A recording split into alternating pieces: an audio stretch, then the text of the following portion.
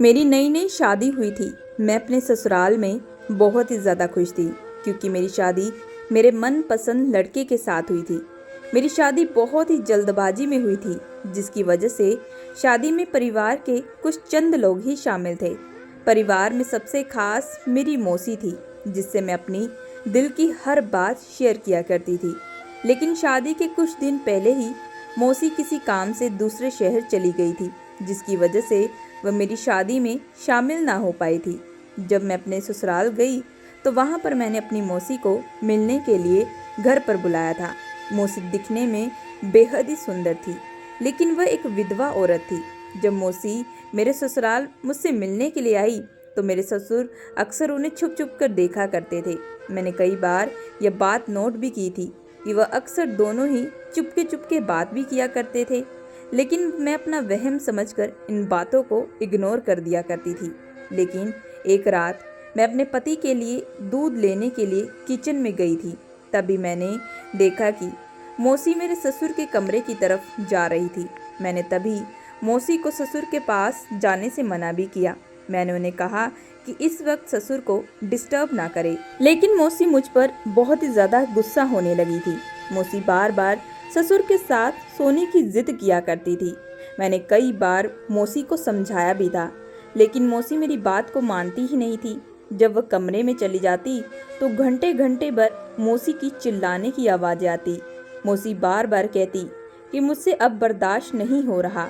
एक रात मैं सच जानने के लिए कमरे की खिड़की से झांक कर देखा तो देखा कि मौसी ससुर के बगल में बैठकर बड़े ही प्यार से उनके मुंह में अपना 12वीं कक्षा के बाद मैंने भी कॉलेज जाना ही शुरू किया था। मैंने अक्सर लड़कियों से सुना था कि कॉलेज की लाइफ बड़ी ही अलग किस्म की होती है। वहाँ पर किसी भी कोई रोक टोक नहीं होती। लड़का लड़की बेधड़क एक दूसरे से अपने प्यार का इजहार करते हैं। उन्हें उस वक्त बोलने वाला भी कोई नहीं होता, क्योंकि उस उम्र में वह लोग मैच्योर हो जाते हैं।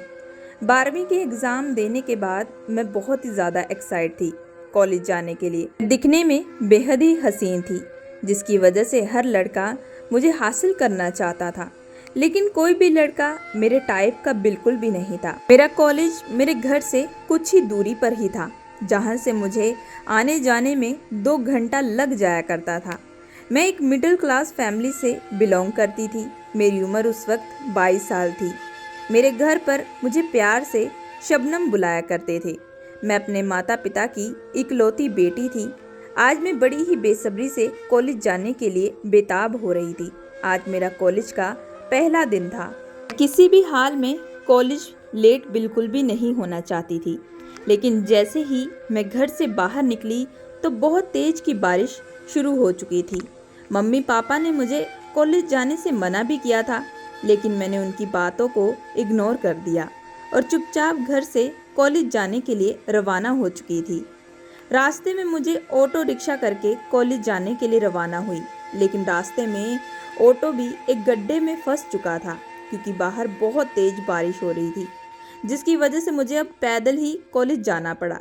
मुझे आज बहुत ही तेज गुस्सा आ रहा था। मुझे अपनी किस्मत पर बहुत ही ज़्यादा रोना आ रहा था। मैंने कॉलेज के लिए आज क्या क्या सोच के रखा था, लेकिन सब पानी में मिल चुका था। मैं वही मन ही मन बड़बड़ाते हुए रास्ते से जा रही थी कि तभी पीछे से एक बहुत ही तेज बाइक वाला मेरे बगल में आकर खड़ा हो चुका था। वह लड़का दिखने में थोड़ा सांवला सा था। वह मेरे बगल में आकर खड़ा हो चुका था। वह मुझसे एक कॉलेज के बारे में पूछ रहा था। जिस कॉलेज के बारे में वह मुझसे पूछ रहा था, मैं भी वहीं जाने वाली थी। मेरी तरह उसका भी आज पहला दिन था। जब मैंने उसे बताया कि आज मेरा भी कॉलेज में पहला दिन है, लेकिन इस बारिश की वजह से मुझे बिल्कुल भी नहीं लग रहा कि मैं वक्त पर कॉलेज जा पाऊंगी, तभी वह मुझे कहने लगा कि हम दोनों एक काम करते हैं, हम दोनों संग में ही कॉलेज जाते हैं। उस वक्त मुझे ये बात थोड़ी अटपटी सी लगी थी। मैं मन ही मन सोचने लगी थी कि शायद ये लड़का मुझ पर लाइन मार रहा है। तभी वह लड़का मुझे कहने लगा कि देखो, बारिश बहुत हो रही है और इतनी बारिश में तुम्हें कोई गाड़ी नहीं मिलेगी, गाड़ी मिलना बहुत मुश्किल होगा। मुझे भी वहीं जाना है, अगर तुम कहोगी तो हम दोनों एक साथ चलते हैं। मुझे रास्ते का भी पता चल जाएगा और साथ ही साथ तुम्हें थोड़ी सुविधा भी हो जाएगी। कुछ देर तो मैं बस उस लड़के की बात को ही सोच रही थी। वह लड़का बात तो सही ही बोल रहा था। मैंने तभी उसे कहा कि ठीक है, मैं तुम्हारे साथ चलने के लिए तैयार हूँ। जब मैं उस लड़के की बाइक पर जाकर बैठ चुकी थी तो इतनी तेज बारिश में वह लड़का बाइक बहुत तेज चला रहा था। कई बार तो मुझे उसे पीछे से कसकर पकड़ना भी पड़ा था। बाइक पर बैठे हुए हम दोनों ने एक दूसरे से बिल्कुल भी बात नहीं की थी, क्योंकि मैं उस लड़के को बिल्कुल भी नहीं जानती थी। फिर 1 घंटे की देरी के बाद मैं कॉलेज आ पहुंची थी। वही सामने गेट पर मेरी सहेलियां मेरा कब से इंतज़ार कर रही थी। जैसे ही मैं बाइक से उतरी तो तुरंत उस लड़के को बिना बोले ही मैं अपनी सहेलियों के पास भागती हुई चली गई। मेरी सहेलियां मुझे उस लड़के के बारे में भी पूछने लगी थी। वह तो समझने लगी थी कि वह मेरा बॉयफ्रेंड है। मैंने कहा कि नहीं नहीं, ऐसा बिल्कुल भी कुछ नहीं है। फिर मैंने उन्हें रास्ते के बारे में बताया कि ज़्यादा बारिश की वजह से मुझे कोई बस, कोई ऑटो रिक्शा भी नहीं मिल रहा था। तभी मेरी सहेली रीमा ने कहा कि जल्दी चल, आज कॉलेज का पहला दिन है और हम सभी लेट हो चुके हैं। रीमा की बात सुनकर मैं भी तुरंत क्लास की तरफ भागी थी। फिर जैसे ही क्लास में टीचर आया तो उस टीचर को देखकर मैं तो पूरी हैरान रह चुकी थी, क्योंकि वह टीचर कोई और नहीं बल्कि वही लड़का था जो मुझे रास्ते में मिला था। मैं अपने माथे पर हाथ रखकर बैठ चुकी थी, यानी कि यही मेरे प्रोफेसर थे। मुझे उनके सामने बहुत शर्म आ रही थी, क्योंकि उन्होंने मेरी मदद की थी और इसके बदले में उन्हें बिल्कुल भी थैंक्स नहीं बोली थी। फिर मुझे कुछ जनों से यह पता चला कि ये प्रोफेसर भी आज इस कॉलेज में नए आए हैं और इनका भी कॉलेज में मेरी तरह पहला दिन है। फिर वह पूरे 1 घंटे तक हमें पढ़ा रहे थे। जैसे ही क्लास खत्म हुई तो मैं तुरंत उनके पीछे भागी थी। मुझे देखकर हल्की सी वह स्माइल करने लगे, कहने लगे, तुम्हें तो लग रहा होगा कि मैं तुम्हें गलत निगाह से देख रहा हूँ, क्योंकि तुमने तो मुझसे ज़रा एक बार भी बात नहीं की और बिना बोले ही कॉलेज में चली गई। मैंने कहा कि मेरी गलती है, मुझे माफ़ कर दीजिए, आपने मेरी मदद की थी, लेकिन मुझे नहीं पता था कि आपका भी इस कॉलेज में पहला दिन है और आप बल्कि इस कॉलेज में प्रोफेसर होंगे। तभी वह कहने लगे कि चलो छोड़ो ये सब सारी बातें, तुम्हारा भी तो आज कॉलेज में पहला दिन है, सारा दिन अब अच्छा जाए। ये बोलकर वह दूसरी क्लास में चले गए थे। आज मेरी कॉलेज का पहला दिन मुझ पर बहुत ही भारी पड़ा था। मैं पूरी तरीके से थक कर चूर हो चुकी थी।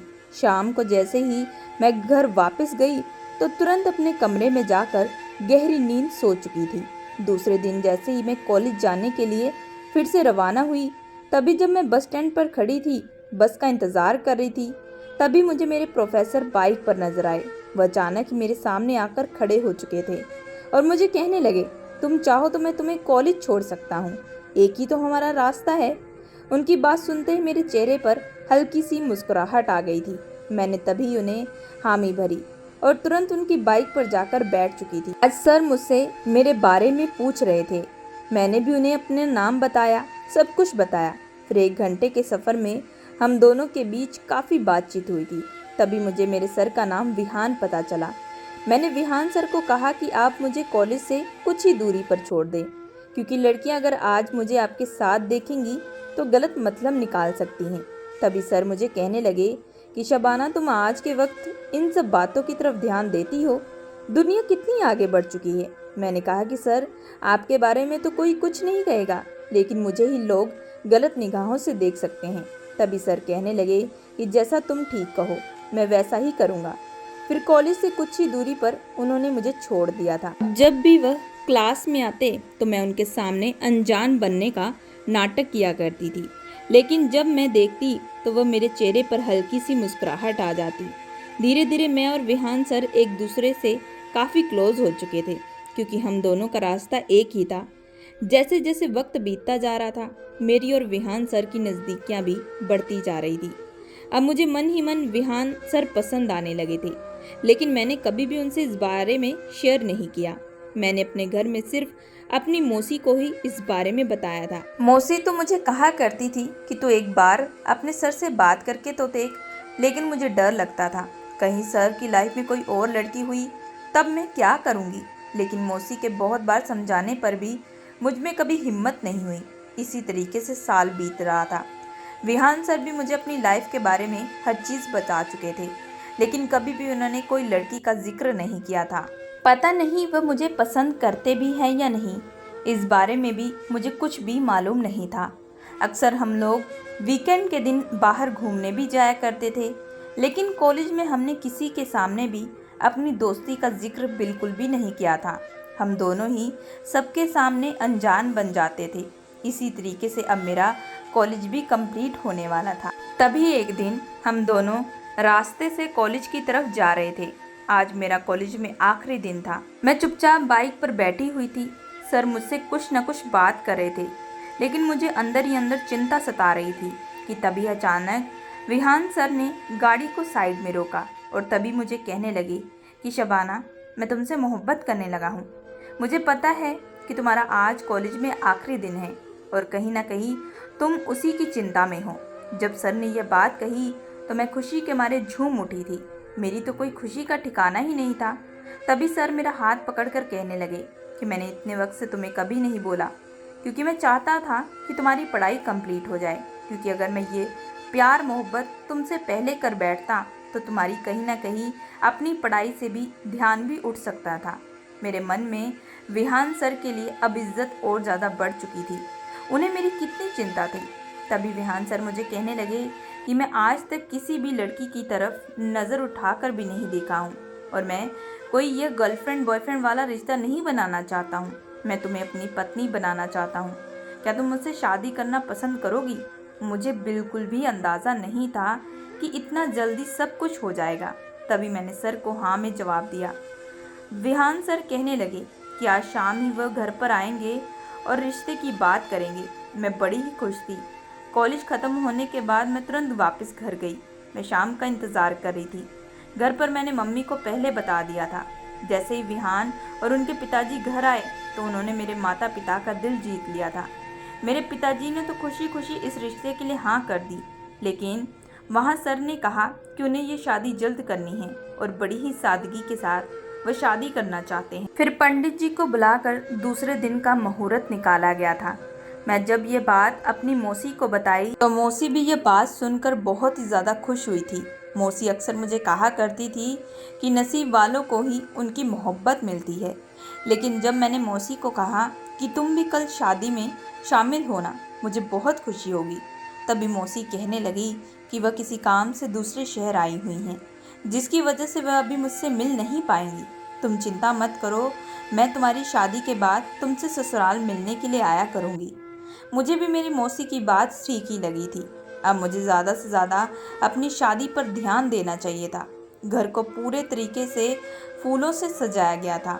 मेरी शादी इतनी जल्दी हो जाएगी यह मैंने कभी भी सोचा नहीं था। शादी में बहुत ही कम लोग बुलाए गए थे, क्योंकि शादी बहुत ही जल्दबाजी में हो रही थी। फिर बड़े ही सादगी के साथ मेरी शादी कर दी गई थी। शादी के बाद मैं विदा होकर अपने ससुराल चली गई थी।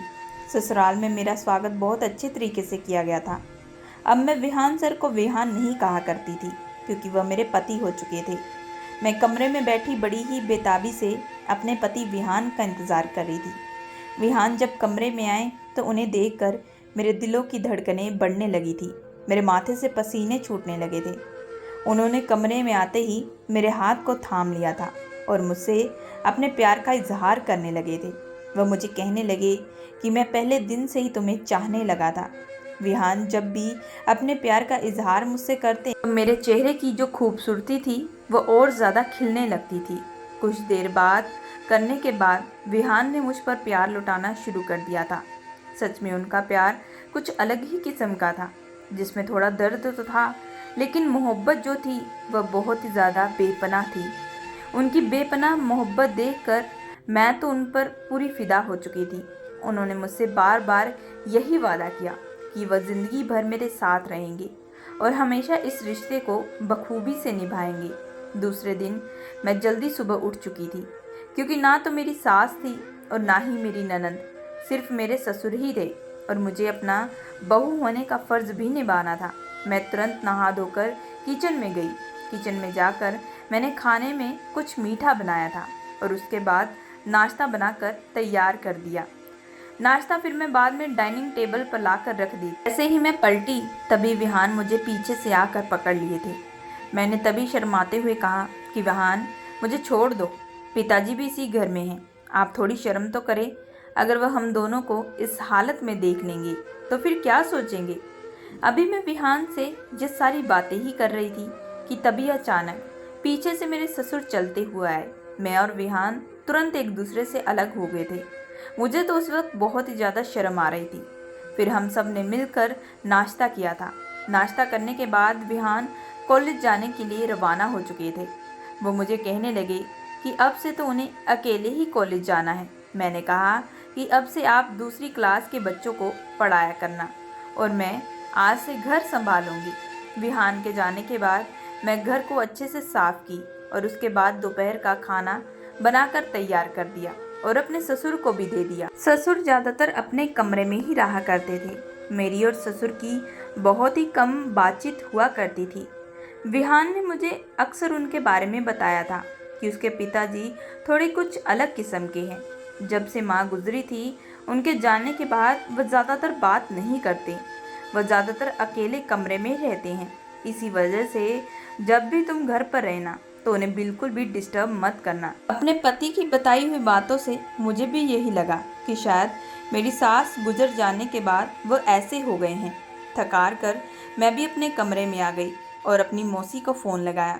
अब मैं अपनी मौसी से मिलना चाहती थी और उन्हें अपनी ज़िंदगी के बारे में बताना चाहती। मौसी से बात करते हुए मैं उनसे ज़िद करने लगी कि वह मेरे ससुराल मुझसे मिलने के लिए आए। मौसी मेरे कहने के मुताबिक कहने लगी कि वह वापस कुछ दिन बाद आ जाएंगी और मुझसे ज़रूर मिलेंगी। फिर इसी तरह पूरा एक हफ्ता बीत चुका था। मैं और विहान अपनी लाइफ में बहुत ही खुश थे कि तभी एक दिन अचानक मेरे घर के दरवाजे की बेल बजने लगी। जैसे ही मैंने घर का दरवाज़ा खोला तो सामने मेरी मौसी खड़ी थी और विहान को देखकर तो वह मेरी खूब तारीफ़ें करने लगी। वह कहने लगी कि अक्सर शबाना के मुंह से मैं तुम्हारा नाम सुनती हूँ। शबाना हर वक्त तुम्हारी ही तारीफ़ें करती हैं। वह तुमसे बहुत ही बेइंतहा मोहब्बत करती है। तभी मेरे पति विहान भी कहने लगे कि वह भी मुझसे बहुत ही मोहब्बत करते हैं। इसी वजह से उन्होंने जल्द शादी भी कर ली। मौसी को मैंने बोला था कि वह अपने कुछ कपड़े भी लेकर आए, क्योंकि मैं चाहती थी कि मौसी कम से कम मेरे साथ कुछ दिन तक यहाँ बिताए। ऐसे ही मेरे घर पर मेरे सास और मेरी ननद नहीं थी, सिर्फ मेरे पति और ससुर ही थे। मेरे पति तो अक्सर कॉलेज जाते थे और मेरे जो ससुर थे वह ज़्यादातर अपने कमरे में ही रहते थे। वह किसी के साथ बातचीत नहीं करते और मैं तब बिल्कुल अकेली हो जाती हूँ। मेरी मौसी रहेगी तो मेरा मन लग जाएगा। मौसी को भी यह बात अच्छी लगी थी।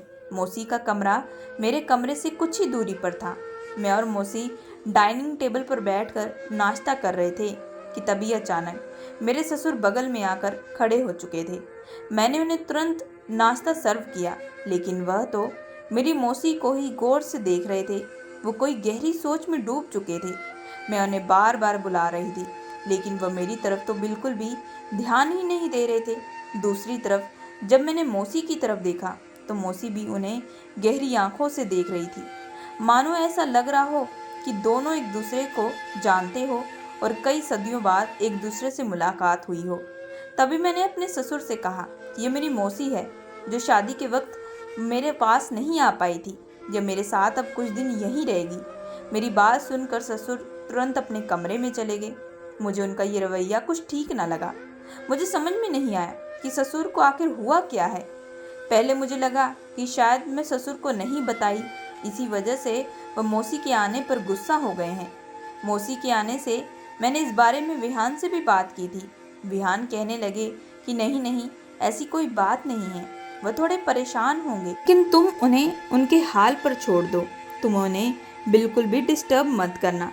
विहान मुझे जैसा कहता था मैं वैसा ही करती थी, क्योंकि विहान अपने पिताजी से बेइंतहा मोहब्बत करते थे।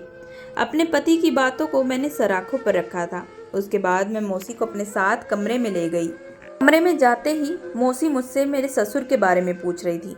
मैंने कहा कि मौसी, आपको क्या हुआ है? आप मेरे ससुर के बारे में क्यों इतना पूछ रही हैं? आज आपका पहला दिन है। मौसी के ज़्यादा पूछने पर मैंने उन्हें बताया कि मेरे ससुर ज़्यादा बातचीत नहीं करते। तभी मौसी मुझसे मेरी सास के बारे में पूछने लगी। मैंने कहा कि मैंने अभी तक तो इस घर में मेरी सास की एक भी तस्वीर नहीं देखी और ना ही मैंने कभी विहान के मुंह से उसकी माँ के बारे में सुना है। मेरी बात सुनकर मौसी गहरी सोच में डूब चुकी थी। मैंने तभी मौसी का मन बहलाया, उसे पूरा अपना घर दिखाने लगी। मौसी के आने पर मैं शाम को बहुत ही अच्छे अच्छे पकवान बनाई थी। हम सब ने पेट भरकर खाना खाया था। दिन भर काम करने की वजह से मैं बहुत ज़्यादा थक चुकी थी। जैसे ही मैं कमरे में गई तो बिस्तर पर जाकर लेट चुकी थी, लेकिन अचानक ही रात को मुझे बहुत तेज खांसी होने लगी। मैं तुरंत पानी लेने के लिए किचन में जाने लगी कि तभी मैंने देखा कि ससुर मेरी मौसी के कमरे से बाहर जा रहे थे। मैंने सोचा कि इन्हें इतनी रात को क्या काम आ गया मौसी से, और एक बार भी तो उन्होंने मौसी से हालचाल भी नहीं पूछा था। मुझे लगा कि शायद कुछ काम होगा, इसी वजह से मैंने इस बात को इग्नोर कर दिया। दूसरे दिन जैसे ही मैं नाश्ते की टेबल पर बैठी तो मैंने देखा कि ससुर पहले से ही टेबल पर आकर बैठ गए थे और उनके कुछ ही दूरी में मौसी भी बैठी थी। दोनों बस गर्दन झुकाए बैठे हुए थे, लेकिन कुछ बोल नहीं रहे थे। ससुर का रवैया कुछ अलग ही था। इसी वजह से मुझे लगा कि शायद मौसी को भी उनसे अब डर लग रहा होगा, इसी वजह से वह चुपचाप बैठी हुई है। मैंने भी ज़्यादा इन बातों पर अब ध्यान नहीं दिया था। मैंने तुरंत किचन में जाकर नाश्ता बनाया और नाश्ता बनाकर सबको नाश्ता करने के लिए दिया। सभी ने पेट भरकर नाश्ता किया और उसके बाद सभी अपने अपने कमरे में चले गए। रोज की तरह मैंने पूरा घर का कामकाज किया और काम करने के बाद शाम को मैं फिर से जल्दी सो चुकी थी। रात को मुझे फिर से प्यास लगने लगी थी। मैं बगल टेबल पर देखा तो जग में पानी भी खत्म हो चुका था। मुझे पता था कि विहान को ज़्यादा पानी पीने की आदत है, इसी वजह से पानी भी खत्म हो चुका है। मैं पानी लेने के लिए किचन की तरफ जाने लगी थी, तभी मैंने रास्ते में देखा कि मेरी मौसी ससुर के कमरे की तरफ जा रही थी। मुझे अब समझ में नहीं आ रहा था कि भला इतनी रात को मौसी को ससुर से क्या काम हो सकता है। ससुर तो कभी मौसी से बात भी नहीं करते थे। मैंने सोचा कि वापसी के टाइम आकर देखती हूँ। जब पानी लेकर वापस आई तो मुझे हल्की हल्की ससुर के कमरों में से सिसकियों की आवाज़ें आ रही थी, मौसी की। मौसी बार बार बोल रही थी कि मुझे अब और बर्दाश्त नहीं हो रहा, लेकिन ससुर भी उन्हें कह रहे थे कि ये बर्दाश्त तो करना ही पड़ेगा। ये सारी बातें सुनकर मैं तुरंत अपने कमरे की तरफ भागी थी। मेरी आंखों से पूरी नींद उड़ चुकी थी। मेरे माथे से पसीने छूटने लगे थे। मैं जो सोच रही थी कहीं वह सच साबित हुआ तो। अगर विहान को यह सब पता चला कि मेरी मौसी उसके पिताजी के साथ, तो शायद मेरी शादीशुदा जिंदगी भी खतरे में आ सकती है। दूसरे दिन मैं जल्दी उठकर किचन का काम करने लगी थी। जैसे ही मौसी किचन में आई तभी मैंने मौसी को बहाना बनाकर वापस उनके घर भेजने के बारे में बात करने लगी, लेकिन मौसी तो जिद करने लगी कि उसे कुछ देर और यहीं पर रहना है। मैं भी मौसी के सामने कुछ और बोल ना पाई, क्योंकि मुझे पता था कि मौसी किस वजह से यहाँ पर रुकना मांग रही है। आज रात मैं सोई नहीं थी। मुझे पता था कि मौसी फिर से ससुर के कमरे में जाएंगी। कहीं मैं गलत ना सोच रही हूँ, इसी वजह से मैं दोबारा उनका पीछा किया। तभी मैंने देखा कि मौसी एक बहुत ही सुंदर सी नाइटी पहनकर ससुर के कमरे की तरफ जा रही थी और कमरे में जाते ही अंदर से कमरे को बंद भी कर लिया गया था और फिर से वही आवाज़ें और वही शब्द। अब मुझे पूरे तरीके से पता लग चुका था कि मेरी मौसी जो है शायद वह गलत रास्ते पर निकल आई हुई है। मेरी सास भी इस दुनिया में नहीं है, तो दूसरी तरफ मेरे मौसा जी कब के इस दुनिया से चल बसे हैं। शायद इसी वजह से दोनों इस उम्र में बहक गए होंगे। मैंने सोच लिया था कल सुबह होते ही अपने पति विहान से इस बारे में बात करूंगी। सुबह जब मैंने विहान को इस बारे में बताया तो पहले पहले विहान इस बात पर विश्वास ही नहीं कर रहे थे। उन्होंने तो मुझ पर गुस्सा होने लगे।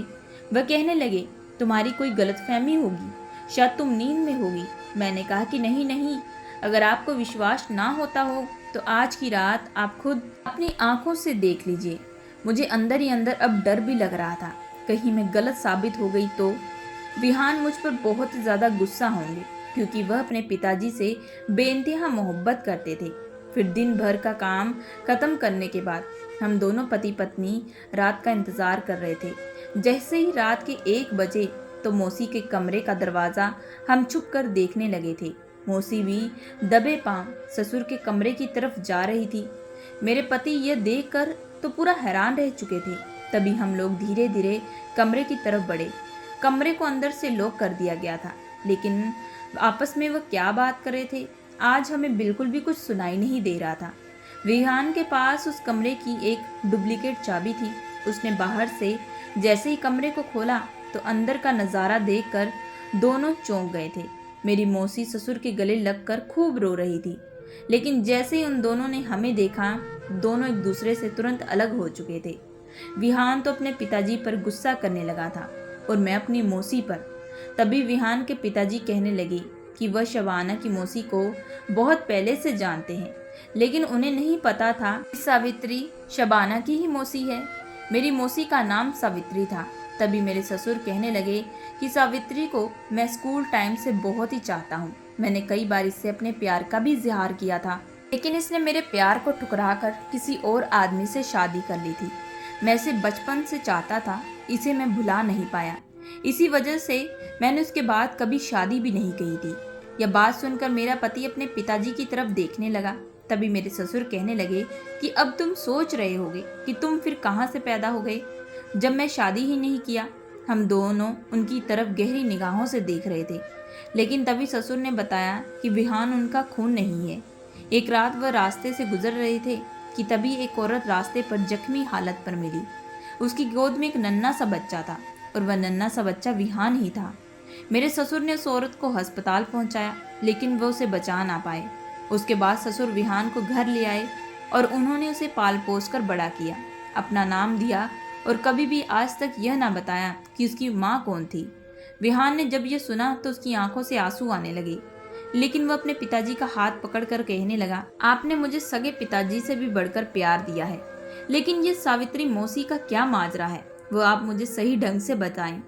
सावित्री ने किसी और आदमी से शादी करके यहाँ से चली गई थी, लेकिन उस दिन मैं सावित्री को जब घर पर देखा तो मैं हैरान रह चुका था। हम दोनों की एक दूसरे के साथ बात भी हुई थी। सावित्री को देखकर मेरी पहली वाली मोहब्बत जाग चुकी थी, लेकिन मुझे तभी पता चला कि सावित्री का पति इस दुनिया में नहीं है। सावित्री को रोज अपनी आंखों के सामने देखने से मुझे धीरे धीरे उससे मोहब्बत होने लगी थी और कहीं ना कहीं अब सावित्री को भी मुझसे मोहब्बत हो रही थी। लेकिन हमें डर था कि अगर हम ये बात तुमको बताएंगे तो तुम लोग शायद हमारे बारे में गलत सोचोगे। इसी वजह से हम रात को चुपके चुपके एक दूसरे से मिला करते हैं। लेकिन अब सावित्री खुद मुझसे शादी करने के बारे में बोल रही है और ये बात कहकर ससुर तुरंत चुप हो चुके थे। हमें समझ में आ रहा था कि वह आगे क्या बोलना चाह रहे हैं। तभी मैं और विहान दोनों ने मिलकर बात की। विहान कहने लगा कि आपने मुझे एक पिता से बढ़कर प्यार दिया है और मैं आपकी खुशियों को कभी भी दबाना नहीं चाहता हूँ। अगर आप सावित्री मौसी से शादी करना चाहते हैं तो मुझे कोई भी एतराज़ नहीं है और ना ही एतराज़ शबाना को होगा। हम दोनों की तरफ से रजामंदी देखकर मौसी और ससुर दोनों ही खुश हो चुके थे। मेरे ससुर को भी उनका पहला प्यार अब मिल चुका था। दूसरे दिन बड़ी ही सादगी के साथ उनकी शादी कर दी गई थी। तो दोस्तों, सच में मोहब्बत मिलना आसान नहीं होता। अगर सच्ची मोहब्बत इंसान को मिल जाए तो इंसान की ज़िंदगी ही बदल जाती है। दोस्तों, मैं आशा करती हूँ कि आप लोगों को ये कहानी पसंद आई होगी। अगर आप लोगों को ये कहानी पसंद आई है तो प्लीज़ हमारे चैनल को लाइक एंड सब्सक्राइब जरूर करिएगा एंड बेल आइकन का बटन जरूर दबाइएगा।